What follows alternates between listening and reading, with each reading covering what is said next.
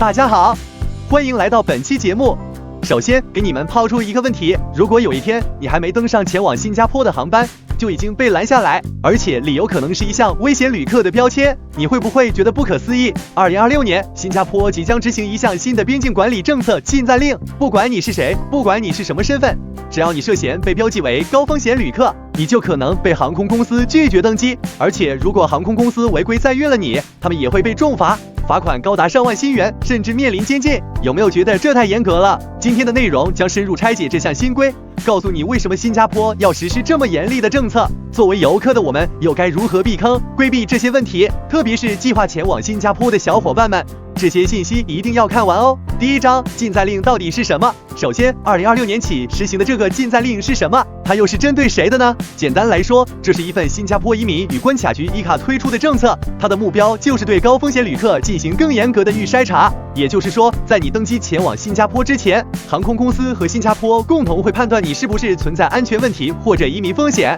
比如可能携带传染病、涉嫌违法行为或者伪造材料。我们看到一组数据，2025年上半年被新加坡拒绝入境的人数同比增长了43%，而原因不仅仅是非法滞留，比如递交伪造信息、签证申请材料不齐全，甚至一些公共卫生问题都会列入高风险。听到这，你是不是觉得自己离这些高风险标签很远？但事实是，有时候我们的一些小错误很可能让自己掉入隐形黑名单。接下来就更细化，我们接着往下看。第二章，解读禁暂令的关键点。要搞清楚新加坡这份禁暂令对我们普通人到底有什么影响，我们首先要看清楚两点：第一个是哪些行为会让你上黑名单；第二个是航空公司为什么会因为你被罚款上万，甚至负法律责任。新加坡的边检其实是一套非常智能化的体系，它会通过多种渠道全面了解你的背景信息，比如你的健康申报、签证信息，甚至和国际刑警组织配合判断你是否涉及移民倾向。第一类是提交虚假材料，比如你递交的工资流水不真实，伪造了存款证明，甚至假借了他人的雇佣合同。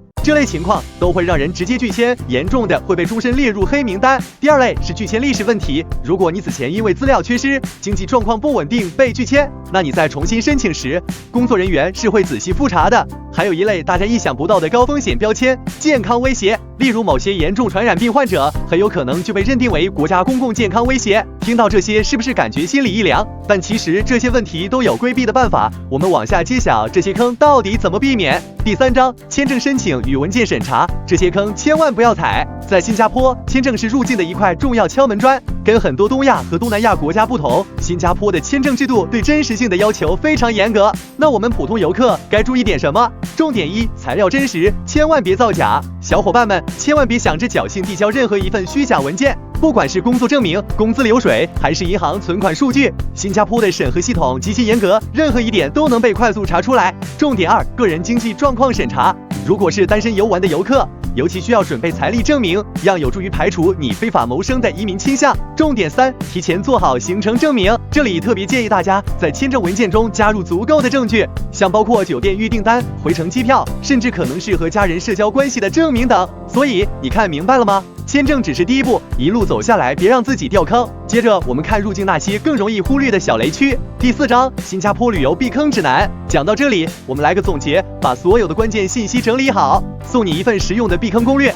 特别是计划未来几年来新加坡旅游的小伙伴们，一定要认真听清楚。第一点，出发前一定要提前填写电子入境卡，最好是至少提前3天，这样可以确保系统自动对你的背景检查，有充足时间处理可能的问题。第二点，签证材料一定要真实可靠，尤其包括你的收入证明、行程计划和回程票务，任何一点造假都会直接毁掉你的入境资格。第三点，大家在行李准备上一定要核对旅客违禁清单，特别是口香糖、电子烟、生鲜等。如果你对自己的哪些文件或物品不确定，最好的办法就是查询新加坡官方的最新入境规定。最后一点也是最重要的一点，不管是申请签证还是准备出行资料，请务必认真。很多人甚至是因为忽略了小细节，比如忘记提前申报电子文件，而最终与新加坡失之交臂。好了，这就是今天的全部内容。现在大家知道2026的新加坡禁暂令有多严格了吗？但别担心，这些问题只要你提前了解，做好充足准备，就可以完全避免。新加坡是个美丽而友好的国家，只要我们遵守规则，旅行体验一定是加倍的愉快。另外，如果觉得我们的内容有帮助，别忘了点赞、分享、订阅我们哦。我们下期再见，拜拜。